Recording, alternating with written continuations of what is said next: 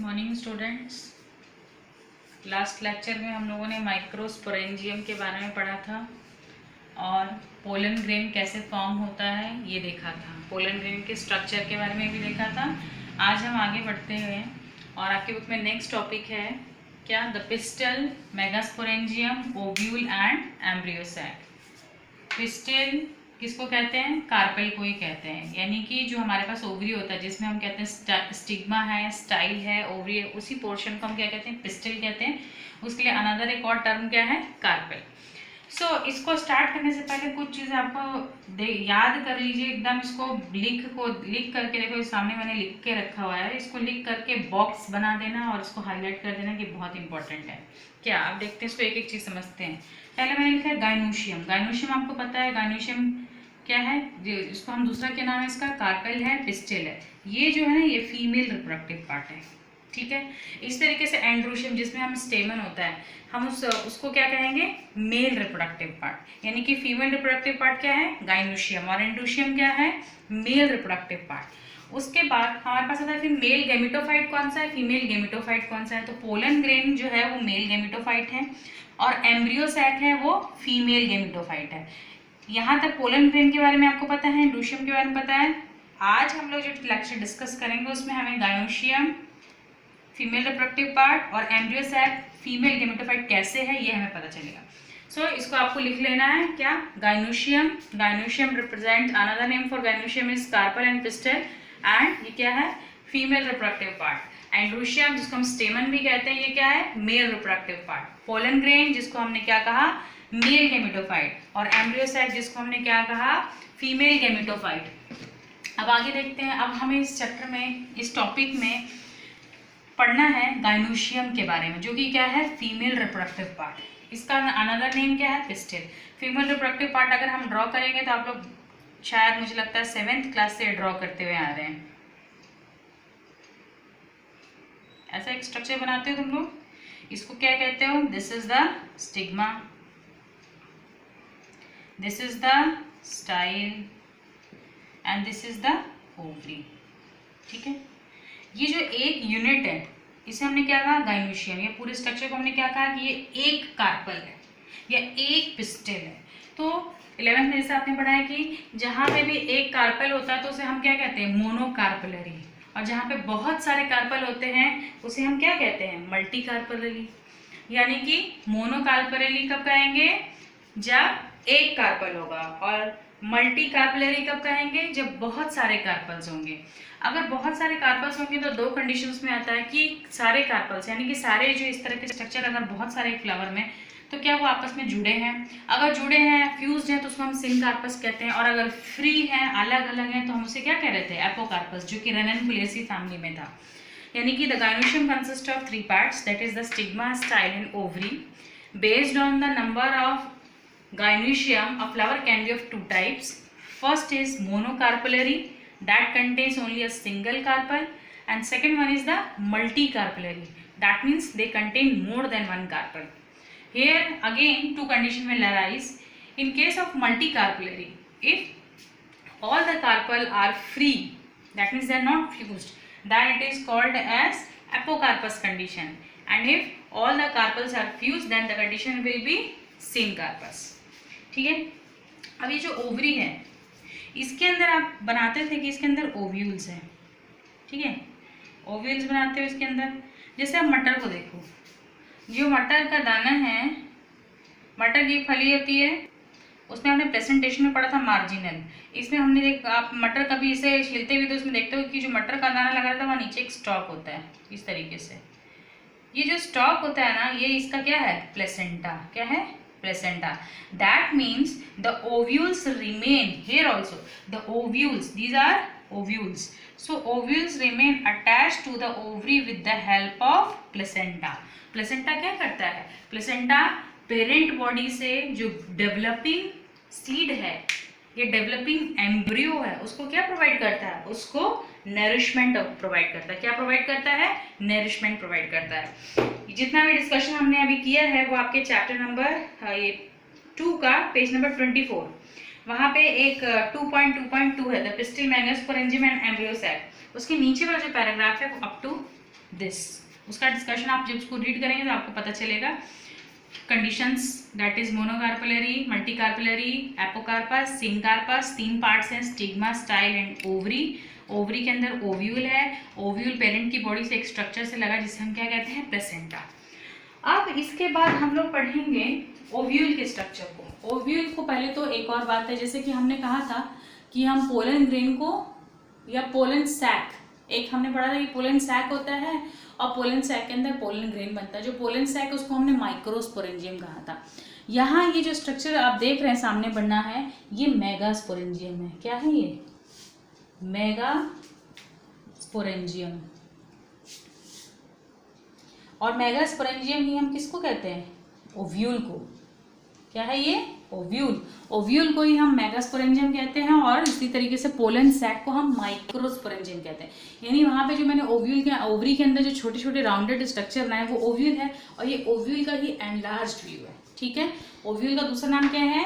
Megasporangium. इसमें confuse नहीं होना, बहुत सारे ऐसे नाम आएगा जिसमें आप कंफ्यूज होंगे। जैसे कि क्या, माइक्रोस्पोरेंजियम किसको कहते हैं? पोलन सैक को कहते हैं।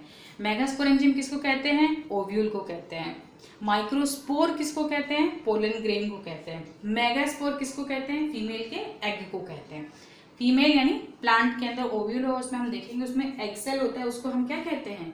उसको, जैसे कि हमने पोलन ग्रेन को क्या कहा? माइक्रोस्पोर। उसी तरीके से जो एग होगा उसको हम क्या कहेंगे? मेगास्पोर। ठीक है, अब देखो इसके स्ट्रक्चर में देखो, सबसे पहले क्या है, ओव्यूल ओवरी के अंदर एक स्टॉक से लगा होता है, उसे हम क्या कहते हैं? फ्यूनिकल। क्या कहेंगे? फ्यूनिकल। यानी स्टॉक, एक ओव्यूल जब ओवरी के अंदर होता है तो उसके नीचे एक स्टॉक, छोटा सा स्टॉक होता है, उसको हमने क्या कहा? फ्यूनिकल। अब ये स्टॉक एक पॉइंट पे खत्म हो जाता है और यहाँ से ओव्यूल का स्ट्रक्चर, इस पर्टिकुलर पॉइंट पे स्टॉक खत्म हो गया और यहाँ से ओव्यूल का स्ट्रक्चर स्टार्ट हो गया, तो इस पॉइंट को हमने क्या कहा? हाइलम। क्या कहा हमने? हाइलम। यानी फ्यूनिकल एक स्टॉक है, उसके ऊपर ओव्यूल है और उस स्टॉक के ऊपर जहां पे ओव्यूल लगा है उस पॉइंट को हमने क्या कहा? हाइलम कहा। क्या कहा हमने? हाइलम कहा। अब इस ओव्यूल के स्ट्रक्चर को देखो, देखो इसमें क्या है, बाहर की तरफ एक इंटेगुमेंट। इंटेगुमेंट मतलब होता है एक लेयर। ठीक है, ये बाहर की तरफ है तो इसे हम कहते हैं आउटर इंटेगुमेंट। फिर उसके अंदर हमने क्या कहा? Inner integument. फिर उसके अंदर देखो, यहाँ पे ये आउटर इंटेगुमेंट है, ये वाला पोर्शन, फिर ये इनर इंटेगुमेंट है, फिर यहाँ पे एक स्ट्रक्चर आपको दिख रहा है खाली खाली, ये जो आपका स्ट्रक्चर है ये है न्यूसेलस। क्या है ये? न्यूसेलस। इसके भी जो सेल्स होते हैं उसमें साइटोप्लाज्म ज़्यादा होता है और न्यूक्लियस भी इसका प्रोमिनेंट होता है। ये नरिशिंग टिश्यू है। ठीक है, नरिशमेंट प्रोवाइड करता है। ठीक है, और न्यूसेलस के अंदर अभी हमारे पास क्या है? ये एम्ब्रियो सैक है। क्या है? Embryo sac. ये डायग्राम बहुत इंपॉर्टेंट है, टेस्ट में बार बार आता है। एक बार फिर से वाला डायग्राम थोड़ा देखते हैं। Stalk of the flower is, sorry, stalk of the ovule is funicle. The point where the ovule is attached to the funicle is known as hilum. क्या कहते हैं उसको? Hilum. The outer most layer of the ovule is outer integument. Inner to the outer most integument is the inner integument. ठीक है, after inner integument nucellus is there and inside the nucellus embryo sac is there. इसके अलावा यहाँ पे आप देख रहे हैं कि यहाँ तो नीचे पूरा कवर्ड है, लेकिन यहाँ पे एक ओपनिंग है। इस ओपनिंग को हम क्या कहते हैं? माइक्रोपाइल। क्या कहते हैं? माइक्रोपाइल। क्योंकि ये माइक्रोपाइल है इसलिए इस ओव्यूल के इस पोल को या इस एंड को हम क्या बोलेंगे? माइक्रोपाइलर पोल या माइक्रोपाइलर एंड। इसके जस्ट अपोजिट, नीचे आ जाओ, एकदम जस्ट अपोजिट, इसको हमने क्या कहना है? ये चलाजा है। एक्चुअली ये चलाजल एंड है, ये चलाजल पोल है। जैसे यहाँ पे माइक्रोपाइल है तो नीचे चलाजा है। Micropylar and, chalazal end. ठीक है, micropylar and, chalazal end, micropyle, chalaza. Outer integument, inner integument, nucellus और एम्ब्रियो सैक। इतनी इसमें आपको लेबलिंग भी करनी है और इसका डायग्राम भी ड्रॉ करना है। So this is an structure of megasporangium और द ओव्यूल। किसका स्ट्रक्चर है? मेगास्पोरेंजियम या फिर ओव्यूल का। माइक्रोस्पोरेंजियम किसको कहते हैं? पोलन सैक को कहते हैं। माइक्रोस्पोर पोलन ग्रेन्स को कहते हैं। इस तरीके इसमें भी हम देखेंगे, जैसे उसमें हमने पढ़ा था माइक्रोस्पोरोजेनेसिस, यहाँ पे हम क्या पढ़ेंगे? मेगास्पोरोजेनेसिस। ठीक है, आप लोगों को जितना मैंने डिस्क्राइब किया है आप अपना एनसीईआरटी बुक से भी इसका नोट्स बना सकते हैं, प्लस या फिर जो मैं पीडीएफ आपको डेली भेज रही हूँ उससे भी आप इसका नोट्स बना सकते हैं, इसकी हेल्प ले सकते हैं और आपको ये डायग्राम अपनी नोटबुक में बनाना है। इसके बाद हम थोड़ा सा एक और नेक्स्ट टॉपिक थोड़ा सा बस स्टार्ट करते हैं। That is the megasporogenesis. Megasporogenesis मतलब क्या? Again here the word is genesis is there, that means it is the synthesis process. So megasporogenesis में क्या होता है? So our next topic will be megasporogenesis. Same उसी की जैसे माइक्रोस्पोरोजेनेसिस में क्या होगा, एक माइक्रोस्पोर मदर सेल होगा, उसमें मियोसिस होता है, मियोसिस होने के बाद 4 माइक्रोस्पोर्स बनते हैं। हेयर ऑल्सो क्या होता है, ओव्यूल के अंदर एक जो सेल होती है वो डिफ्रेंशिएट कर जाती है, एनलार्ज हो जाती है, थोड़ी बड़ी हो जाती है साइज में, डिफ्रेंशिएट कर जाती है। और इस सेल को हम क्या बोलते हैं? इस सेल को हम कहते हैं मेगास्पोर मदर सेल। क्या कहते हैं? Megaspore mother cell. और इसकी प्लॉइडी क्या होगी भाई? ये मदर सेल है, दैट मीन्स इसकी प्लॉइडी होगी 2n। फिर क्या होगा, इसमें कौन सा डिवीजन होगा? मियोसिस। कौन सा डिवीजन है? मियोसिस। मियोसिस का एक और नाम है रिडक्शनल डिवीजन। मियोसिस हो रहा है यानी कि रिजल्ट में क्या बनेगा? 4 प्रोडक्ट मिलेंगे, यानी कि 4 मेगास्पोर मिलेंगे। कितने मिलेंगे? 4। How many? 4। सो यहाँ पे भी 4 मेगास्पोर हमें मिले। ये क्या मैंने बनाया? मेगास्पोर। तो इसकी प्लॉइडी कितनी होगी? क्योंकि रिडक्शनल डिवीजन है तो ये n में हो जाएगा। इसमें से क्या होता है, जो 3 मेगास्पोर होते हैं वो डीजेनरेट कर जाते हैं, खत्म हो जाते हैं, डिसइंटीग्रेट कर जाते हैं, डीजेनरेट्स। ठीक है। और जो ये जो लास्ट वाला है यहाँ पे मैंने बनाया है, ये सिर्फ फंक्शनल रहता है। लेकिन माइक्रोस्पोर के केस में क्या था? चारों ही फंक्शनल थे। लेकिन मेगास्पोरोजेनेसिस में क्या है? Out of 4 only 1 remain functional and the rest of the 3 will degenerate. इसकी स्पेलिंग थोड़ा ठीक कर लेंगे, ठीक है। So what is megasporogenesis? The process of formation of megaspore from megaspore mother cell through reductional division or through meiosis. यहाँ megaspore mother cell की ploidy क्या है? 2n है। यहाँ पे जो मेगास्पोर हमारे पास 4 बने हैं उसकी प्लॉइडी क्या है? n है। इसमें से 3 जो है हमारे पास क्या हो जाएंगे? डिजेनरेट कर जाएंगे, डिसइंटीग्रेट हो जाएंगे या डिसॉल्व हो जाएंगे, हम ऐसे भी बोल सकते हैं।